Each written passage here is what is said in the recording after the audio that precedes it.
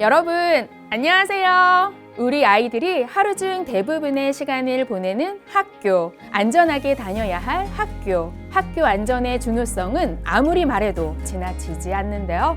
하지만 학교에서 일어나는 안전사고가 해마다 증가하고 있다는 것 아시나요? 학교는 긴 시간 동안 많은 인원의 학생들이 함께 생활하는 곳이기 때문에 안전사고가 많이 발생하는 장소입니다. 이번 시간에는 학교에서 흔히 일어날 수 있는 안전사고를 살펴보고 안전한 학교 생활을 실천할 수 있는 방법에 대해 알아보겠습니다. 학교에 다니는 친구들, 이 영상 집중해서 같이 봐야겠죠? 여러분, 유치원, 초등학교, 중학교, 고등학교 중 안전사고 발생 비율이 가장 높은 곳은 어디인지 아시나요? 네, 바로 초등학교인데요. 학교 안전사고는 유치원, 초등학교, 중학교, 고등학교 4개 중 초등학교가 39%로 가장 많았습니다. 구체적인 사고 현황을 살펴볼까요? 초등학교에서만 작년에 5만 3천여 건의 사고가 발생했습니다. 특히 어린이는 위험에 대한 대처 능력이 떨어지기 때문에 더 많은 사고가 일어나는데요.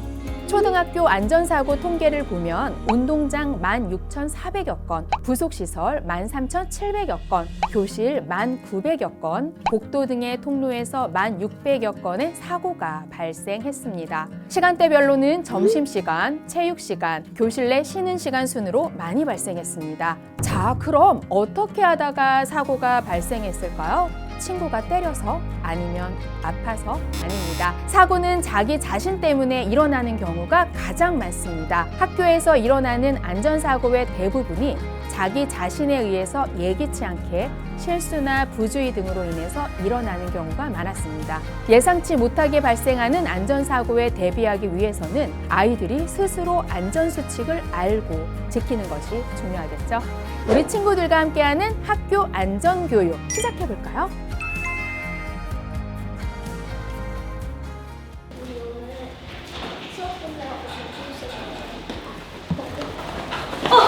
응. 야, 너 이마 빨개졌어. 진짜? 아이 한 명이 아침에 지각을 했나 보네요. 뛰어가다가 다른 친구들과 부딪혀서 다치는 사고가 발생했네요. 바빠서 우측 통행도 잊어버렸나 봐요. 아침에 아무리 바빠도 복도에서는 절대 뛰지 말고 꼭 우측 통행해야겠죠. 복도나 계단에서는 이동하는 학생들이 많기 때문에 서로 부딪히지 않도록 주의해야 해요. 앞사람과 뒷사람 사이에 충분한 거리를 두고 이동해야 안전하답니다. 운전할 때 앞차와의 안전거리를 지키는 것처럼 친구들 간에도 안전거리를 유지하도록 해요. 혹시 걸어다니면서 스마트폰 하는 친구 있나요? 앞선 상황에서 두 친구는 서로 이야기를 하느라 앞을 제대로 보지 않아서 달려오는 친구를 발견하지 못한 것도 있는데요. 스마트폰을 보면서 다니면 앞을 제대로 볼 수 없어서 장애물에 걸려 넘어지거나 다른 친구와 부딪히는 등 위험한 사고가 발생할 수 있으니 걸으면서 스마트폰 사용은 금지! 우리 친구들 중에는 급해서 혹은 재미로 계단을 한꺼번에 몇 개씩 오르내리는 친구들도 있는데요. 계단을 다닐 때는 한꺼번에 2개씩 오르거나 내려가지 않도록 합니다. 계단에서 넘어지면 다른 장소보다 더 큰 사고로 이어질 수 있으니 항상 조심해야 해요. 또한 계단 난간에 기대거나 난간을 타고 내려가는 행위는 추락의 위험이 있으니 절대 하면 안 됩니다. 눈이나 비가 오는 경우엔 바닥이 미끄러울 수 있으니 천천히 조심해서 걷는 것도 잊지 마세요. 여기 올라갈 수 있어?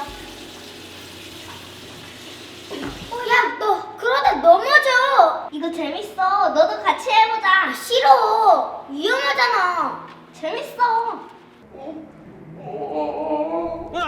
잠깐! 화장실은 물기가 많고 넘어졌을 때 크게 다칠 수 있기 때문에 세면대에 올라가는 등의 장난은 절대 해서는 안 됩니다. 마찬가지로 친구를 밀치거나 화장실에 뛰어다니며 장난치는 행위도 자제해 주세요. 화장실은 놀이터가 아니라는 것을 꼭 명심하세요. 화장실에는 한 칸당 한 명씩만 들어가고 차례를 지켜 이용하도록 해요. 무리해서 들어가려다가 문틈에 손이나 발이 끼면 큰 사고가 날 수 있겠죠? 실제로 문틈에 손이 끼어서 손가락이 골절된 사고 사례가 많았습니다. 우리 친구들 밥 먹고 양치하죠. 이때 양치하고 있는 친구를 뒤에서 밀거나 하는 행동은 절대 하면 안 돼요. 강한 충격과 함께 칫솔이 목을 찌를 경우 큰 부상으로 이어질 수 있는 위험한 행동으로 절대 해서는 안 됩니다. 화장실 청소 도구들은 꼭 안전하게 보관하고 특히 세제는 위험할 수 있기 때문에 함부로 가지고 놀면 안 돼요. 알았죠?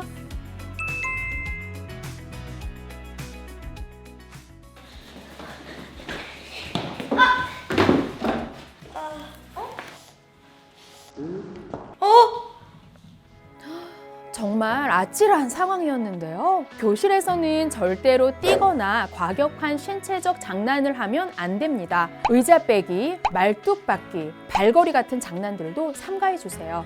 우선 교실 내에서는 유리창 또는 각종 시설물에 타격을 가하거나 파손하는 행동을 해서는 안 됩니다. 또한 유리창에 기대거나 창틀 위에 올라가는 행동은 추락의 위험이 있으니 절대로 창문 난간에 기대어 앉거나 밖으로 몸을 내밀지 않도록 주의해 주시고요.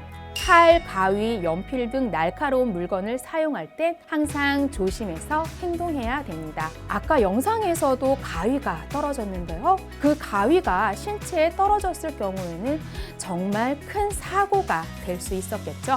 교실에서도 언제든지 사고가 발생할 수 있다는 점 명심하고 조심해서 행동하기 잊지 마세요.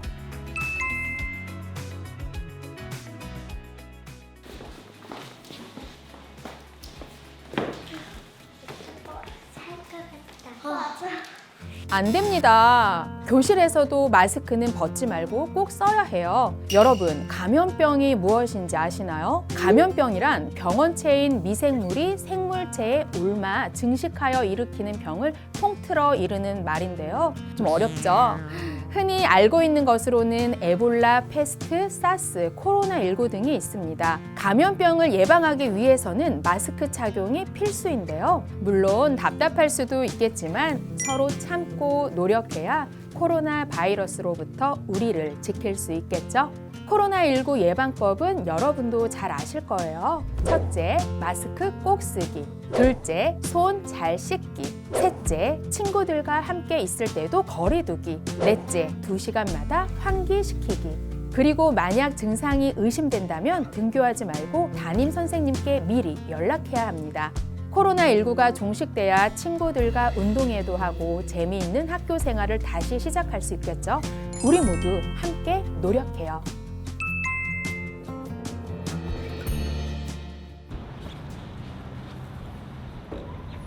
비켜! 내가 먼저 탈 거야! 비켜! 안 돼! 야, 괜찮아? 아휴, 미끄럼틀에서 떨어진 아찔한 사고네요. 여러분, 운동장이 학교에서 가장 안전사고가 많이 발생하는 장소라는 것 처음에 말씀드렸죠? 즐겁게 뛰어놀기 위한 운동장이지만 한순간의 부주의로 위험한 사고가 발생할 수 있는 공간이라는 것. 보신 것과 같이 놀이기구를 타다 떨어질 수 있고요. 달리기를 하다 공놀이를 하다가 넘어질 수도 있어요. 흙이나 모래가 눈에 들어가서 다칠 수도 있죠. 이런 사고를 예방하기 위해서는 어떻게 해야 할까요? 우선 급하게 도망가거나 쫓아가는 행동 등 위험한 장난을 하지 않는 게 중요합니다. 운동하는 친구의 몸을 잡거나 방해하는 행동 또한 하면 안 돼요. 친구한테 모래나 흙을 뿌리는 장난도 위험한 행동이니 피해 주시고요. 여름에는 화상에, 겨울에는 동상의 위험이 있습니다. 그렇기에 놀이기구를 잡을 때 조심해야 해요. 혹시 여름에 덥다고 신발을 벗고 맨발로 노는 친구들 있나요? 운동장 바닥에는 날카로운 새 조각이나 유리 조각이 떨어져 있을 수 있어요. 그렇기 때문에 절대로 맨발로 놀지 않도록 합시다. 모두들 놀이기구 이용 시에는 항상 놀이기구의 사용법을 익히고 안전하게 이용하는 거 잊지 마세요.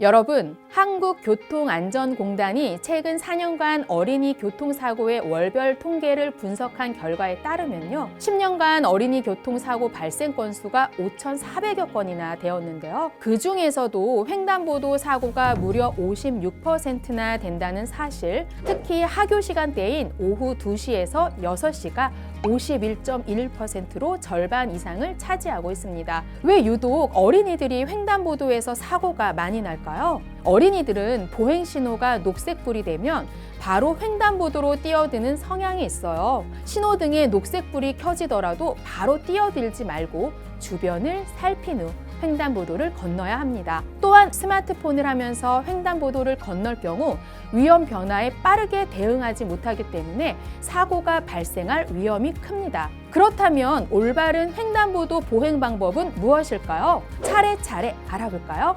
첫 번째, 선다.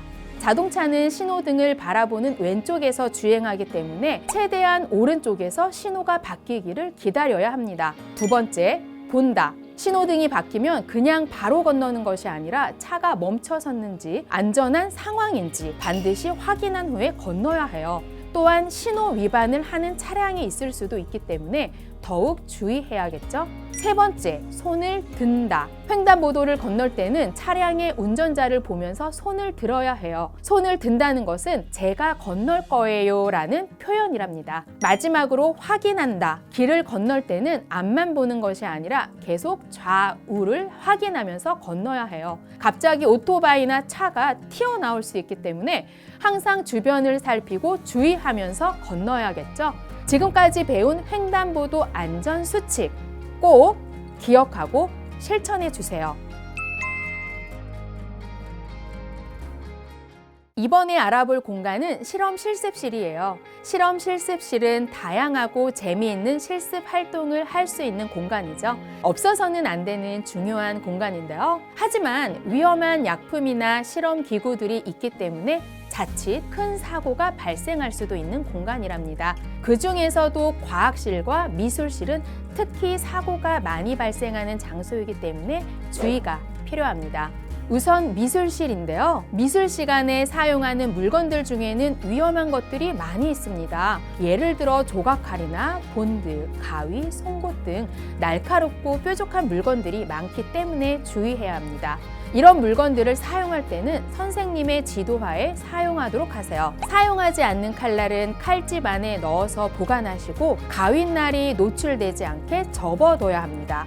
또 이렇게 위험한 물건들이 많은 미술실에서 넘어질 경우 큰 사고로 이어질 수 있는데요. 미술실에서는 조심해서 걸어 다니고 사용한 미술용품은 바로바로 정돈해주면 사고를 예방할 수도 있습니다. 다음은 과학실입니다. 여러분, 과학 시간 좋아하시나요?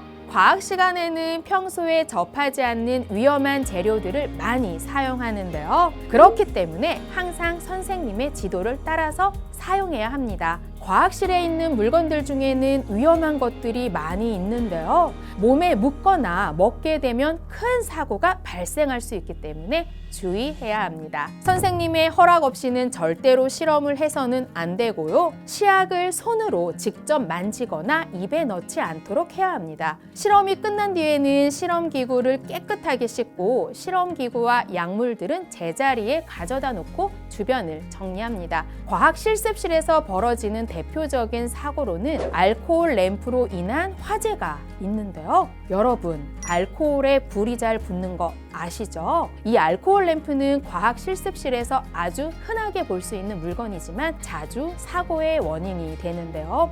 실제로 과학실험 실습 중 가스 점화기로 알코올 램프에 불을 붙이는 순간 알코올 통의 콕 부분에 불이 붙으며 폭발하며 학생들이 화상을 입은 사고가 있었습니다. 이렇듯 실험 실습에 꼭 필요한 실험 물품이지만 자칫 사고의 원인이 되기도 하는 알코올 램프를 이용할 땐 어떤 점들을 주의해야 할까요? 알코올 램프는 반드시 선생님의 지도하에 사용합니다. 알코올 램프를 사용하기 전에는 실험대 위에 불이 붙을 수 있는 물건이 없도록 깨끗이 정리합니다.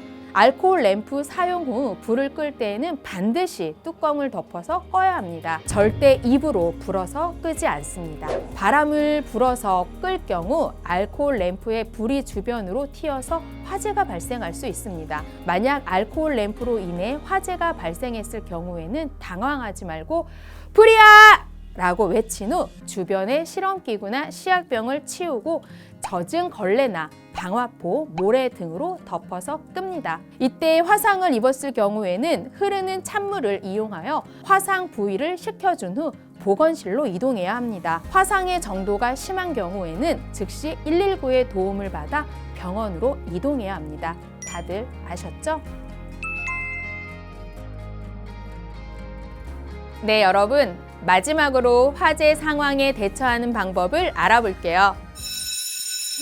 이 소리 한 번쯤은 들어보셨죠?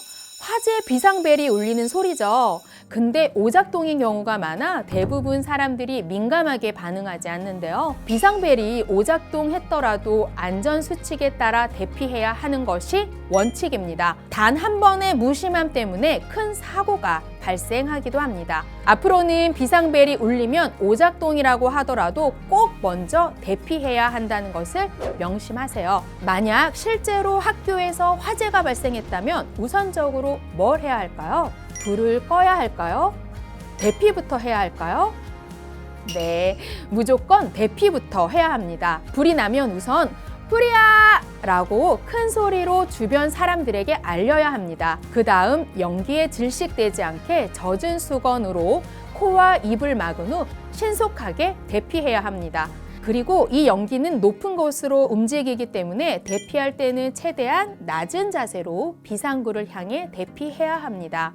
네, 오늘은 학교에서 일어날 수 있는 안전사고에 대해 알아보고 이런 사고를 예방하기 위해선 어떻게 해야 하는지에 대해서 알아봤는데요. 여러분, 안전지킴이라고 들어보셨나요? 안전지킴이란 위험이나 사고가 발생하지 않도록 지키는 사람을 의미합니다. 우리 학교의 안전지킴이는 나라는 생각으로 오늘 배운 내용들을 하나씩 실천해 보면 좋겠네요. 학교는 안전한 장소지만 우리의 행동에 따라 아주 위험한 장소가 될 수도 있다는 점 항상 명심하며 안전한 학교 생활하세요. 그럼 다음 시간에 또 유익한 내용으로 만나기로 해요. 안녕!